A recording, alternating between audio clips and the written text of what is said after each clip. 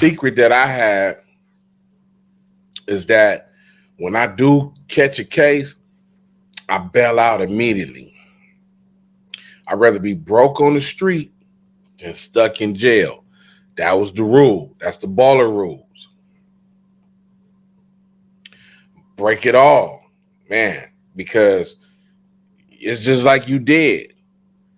You in the county, you got a bail and you can't get out. Man, listen, I'm trying to get out of here. See, I come from that era when you sold so much drugs in the county, you could bail yourself out when you could walk around that joint with cash. That's the county jail I know. It's wicked, getting your money bags cut, took, and all that type of stuff, man. So I'm from a different cloth. Every time I go to jail, I got crack in the booty. You feel me? And it's there. When I get in, all them dimes is $100 or something, man. Straight up. And I'm trying to get as much money as I can up out of here because I'm in my sickness. I didn't smuggle the drugs in. The drugs come with me. You know, I've been to jail I have 22 cases in my whole entire life. And you could best believe that 20 of those times to the county jail had drugs in the butt. I am the man right here. Let's do this. So, but it brings me to a time when I didn't follow that rule, And hey, by the way, welcome to the Dr. Crip show. Uh, he, uh, heavenly legs 3000 had a question about. She said, I'm surprised you only been to prison one time. So I'm explaining to her how, you got to know how to fight a case, man. If you don't know how to fight a case, then I feel sorry for you. You're going to have some bad times. You got to know when to stay in jail and you got to know when to bail out. You got to know, only you know what is against you in your case. You know what the police got against you and what they don't got against you. You don't need no judge to tell you. You don't need no attorney to tell you that. You don't have to listen to no attorney say, well, Your Honor, I suggest $100,000 bill because he this, that, he this and that, and he this and that. If it's the truth, then let it be the truth. If it's a lie, don't worry about it. It's all gonna come out. This is the point of why you don't say nothing when you get arrested. Don't say nothing. Because if you get arrested and you don't say nothing, the sheriffs and LAPD will write a fake arrest report. And when you go to court and you get the arrest report that they written because you didn't tell your side of the story, you didn't add to their story, you didn't take from their story, you just didn't say nothing, it will be used against them in court. That's what you fight. The police report. You don't fight the case.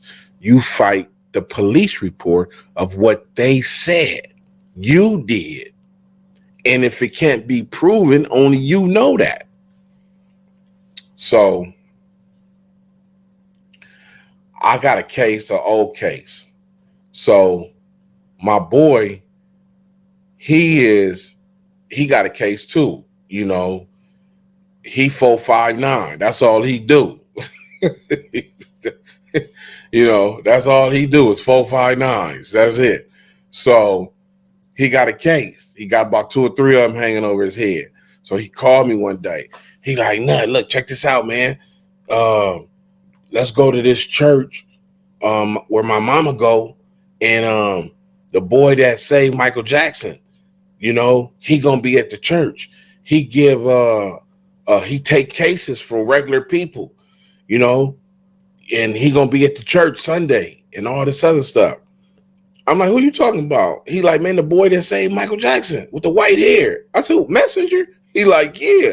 I said, man, he gonna take our case. He said, man, look, we got to try. He might have some plugs for us or something. We got to get up there to go see him. So I'm like, all right, come on, let's go.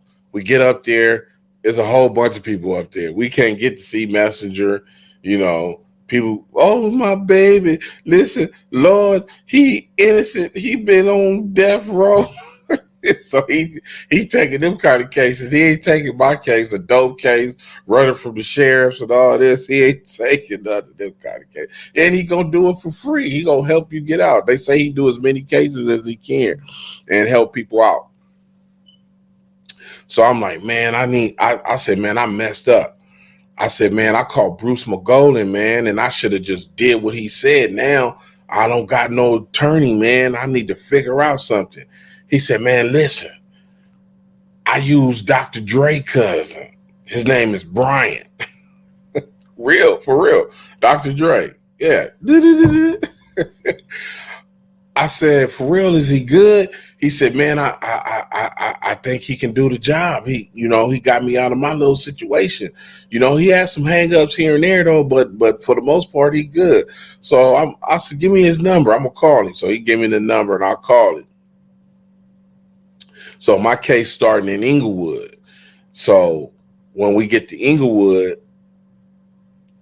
I walk in, I'm meeting, he told me to bring this and that. He a weed attorney. My case is a weed. I got a pound of weed case. This before the weed was legal and all this other type of stuff. I went to jail, called my last case a pound of weed, which was dangerous. A pound of weed, he was considered police. He draw down, get down, get on the ground. Yeah, that's what a pound of weed to get you. So my last case, a pound of weed. Brian, listen, man, they pulled me over illegally. They smelled the weed in the car, but he said he couldn't smell the weed because I had fresh chicken over the weed. I was taking the weed to my stepdaughter on Century and Western because whenever she called me and said, oh, I'm hungry, it ain't no food.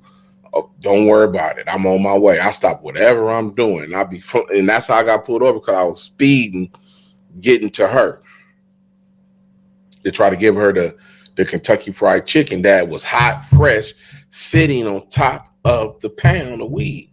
So when they pulled me over, you got license registration. Sheriffs don't care. Pull out the car here. No, you on parole? No, that's what I ain't. I ain't on probation at this time, and I ain't on parole. So really, I'm good. Y'all really need to let me go.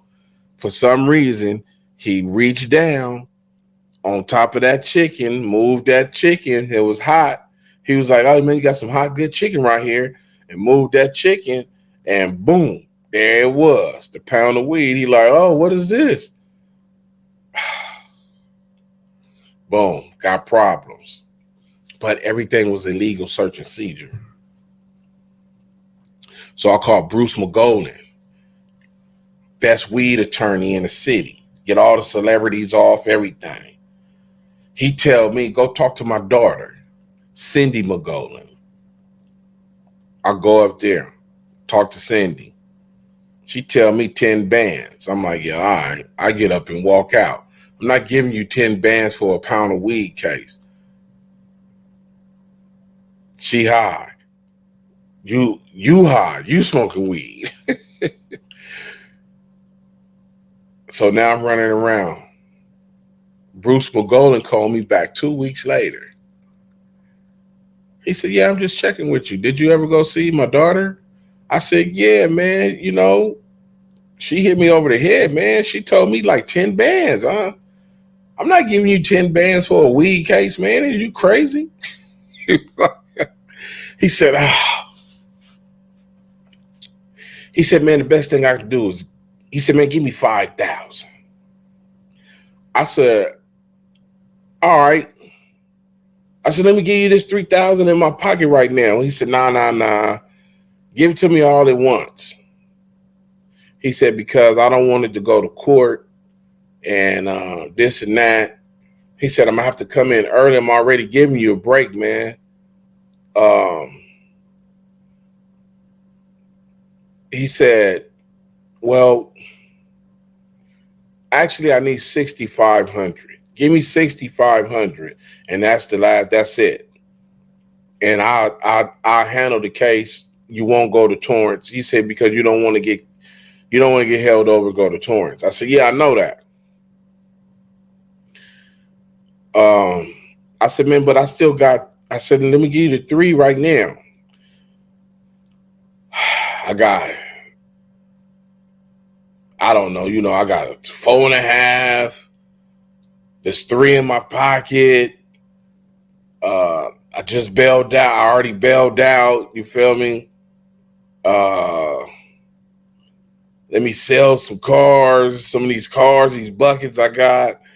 Let me get it to you.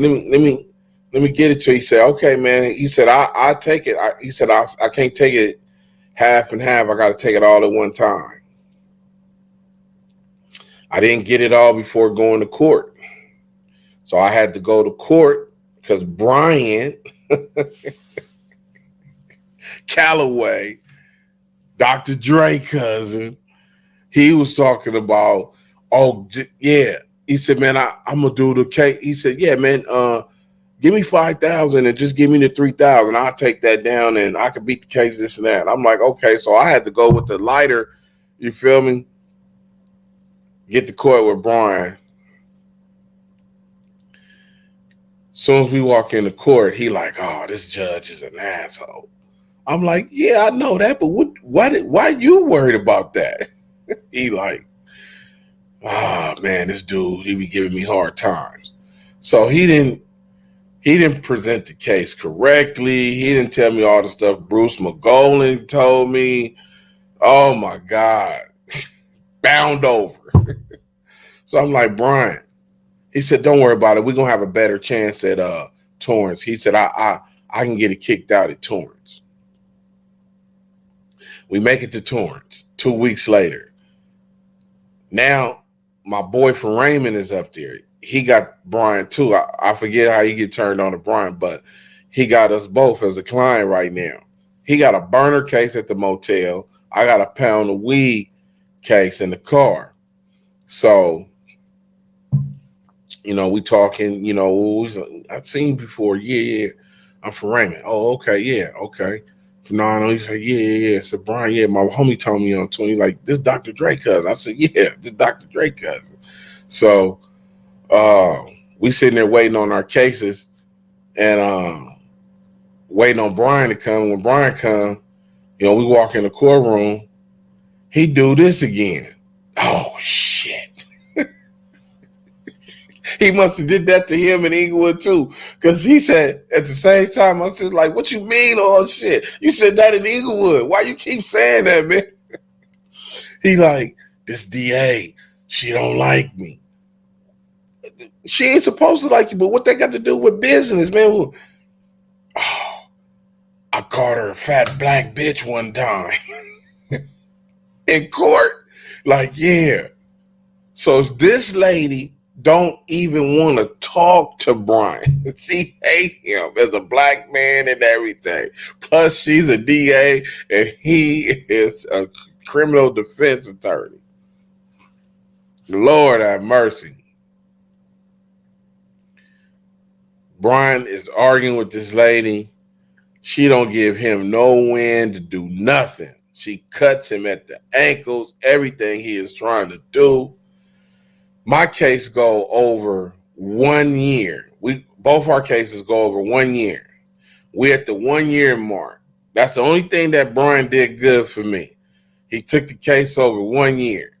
So we had today is over the year plus a month or two.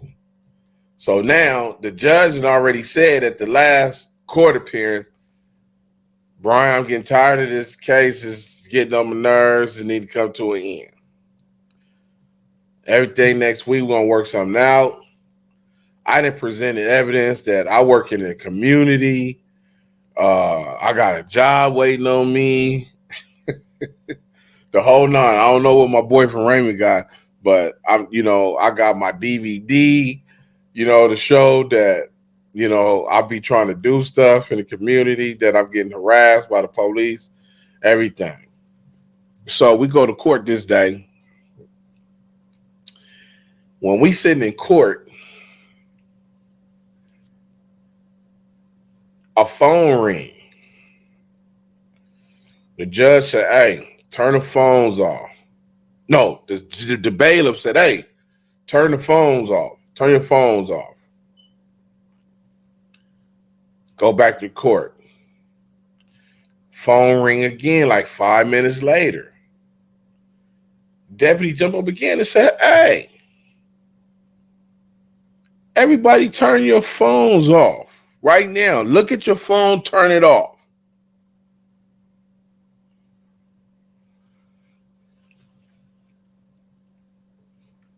Go back to court. 5 minutes later, the phone ring again. This time the judge say, "Hey, did y'all not hear what my deputy said and turn your phone off? Do you think that he is playing? As a matter of fact, everybody get up and get out." And I wanted to damn near tell because it was this Mexican bro in the front. Her boy is in the back. Boyfriend trying to see if the witness is there. He keep calling the phone and she won't turn it off. I'm like, "What's wrong with you? Why don't you turn the phone off, dumbass?" And I'm looking at her. And she looking at me like, I'm like, "Turn the phone off." People jumping up. "That ain't my phone. That's some coming over there." They trying to tell on her low key. Judge said, "I don't care who phone it is. Deal with it in the hallway. Get out. Everybody get out, and you will not see whoever you's here to see today. Um, if they in custody, uh, anybody that's coming today, you won't see them today, and you won't see them the next tomorrow or the next day, because everybody that's on this list," he told the broad, the secretary broad, he said, "Do something to everybody that's coming into court today, because if they got people here, I don't want them in the courtroom for the rest of the month or something like that, to the next time they, put their court date off." So I was like, "Damn, he hot." So we all had to go wait outside in the hallway now. So now Brian is coming out. He coming out and he like, "Man, the judge is pissed. I don't know. Yeah, it's looking. It ain't looking good." So I'm like, "Brian, listen, man, I ain't going to jail." Raymond here too. He like, "Brian, man, what's up, man? You got to go in there and talk, man. You got to." So Brian, he pumping himself up. Like, "I know I got to go in there. Hold on, man. Y'all the only two I got today up in here. I'm gonna try to make it happen." What you mean you gonna try to make it happen? Go in there and defend me, man. So he come out. "Oh my man, it ain't looking good. The judge is he on everybody that's coming up." So he like, "Let me go back in there." He come back out again. He like, "Man, judge is not he's not giving any breaks today. That phone call pissed him off. He's upset." I'm like, Jesus. So he like, I'll be back. He come back again. He was like, "Call Raymond." When he come in, when Raymond finally come out, I could tell it wasn't looking good. And I was like, "Oh." And I'm like, "What happened, man?" He like, "Man, I want to fuck Brian up. I'm finna sock this nigga out on Raymond right now, 120. I'm finna sock this nigga out." And I was like, I really want to tell him, like, "No, nigga." I got, but he mad. Brian come out. He get into it with Brian. Brian like, woo. So the deputy come out like, "Hey, y'all too loud. Y'all got to take that down there." So Brian like, "Look, man, I'm gonna get at you." Woo. So I think he got like 32 months. He didn't want 32 months. He was fighting for some. I think he was facing 5 years or something like that. He was facing the 5 or 6, I don't know, something like that, and he ended up selling it. He didn't want the 32. He was trying to get 18 months or something like that. So now I got to go in. So when I walk in,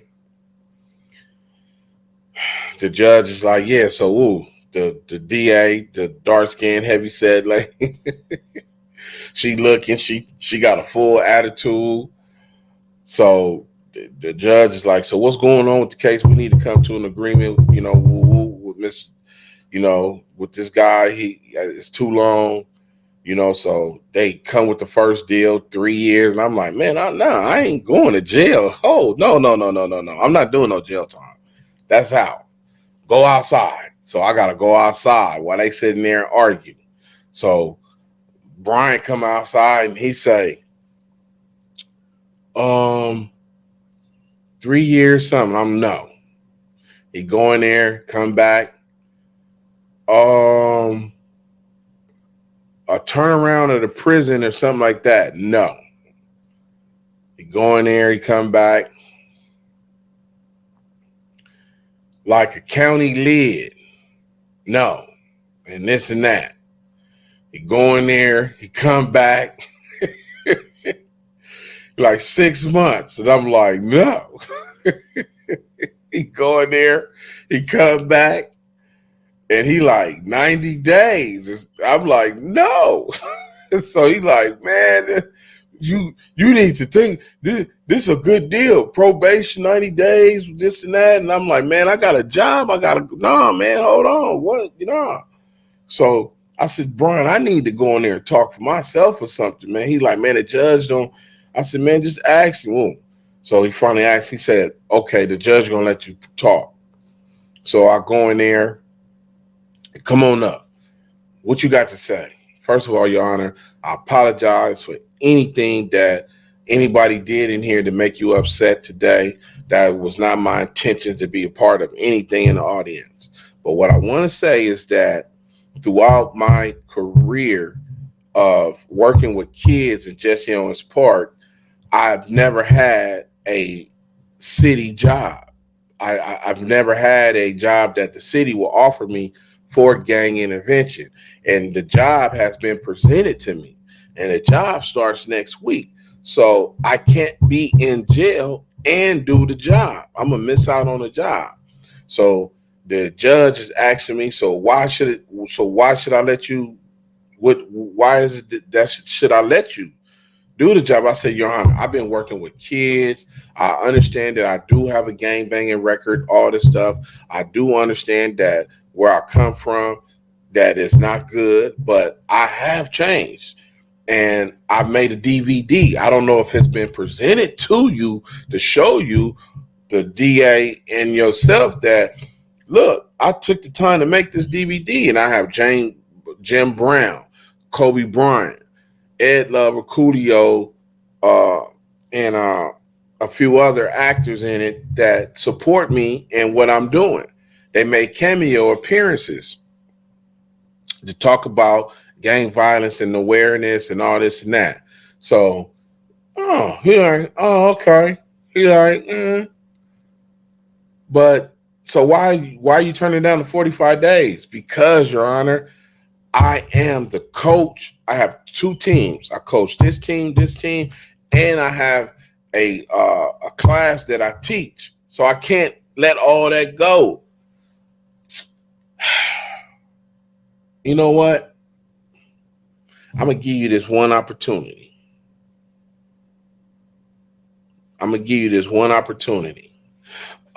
Your Honor, as much as the defendant is that he's changed his life, he is still a low-life thug. That was she said. I see why you called her a fat black bitch. Shut up.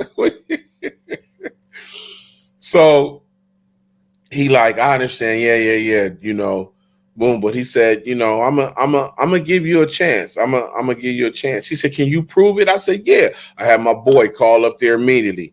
And Brian, get on it. That was the only thing I really talked for myself.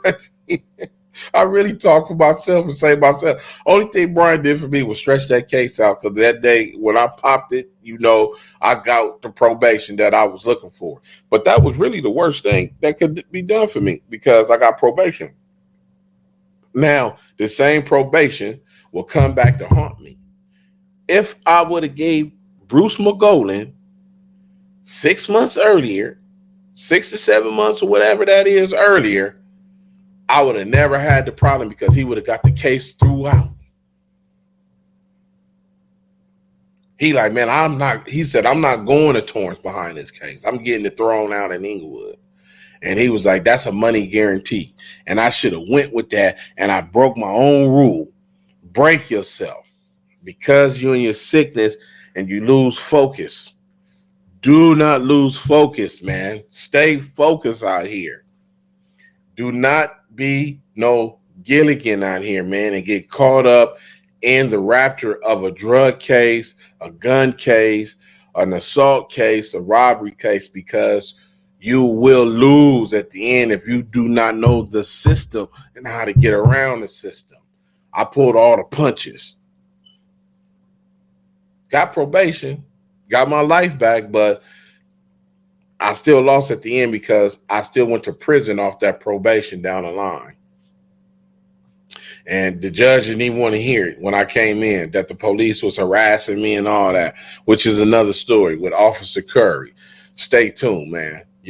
This part 2, Dr. Crip. The Officer Curry stories. Oh, my God. Dr. Crip. Yes.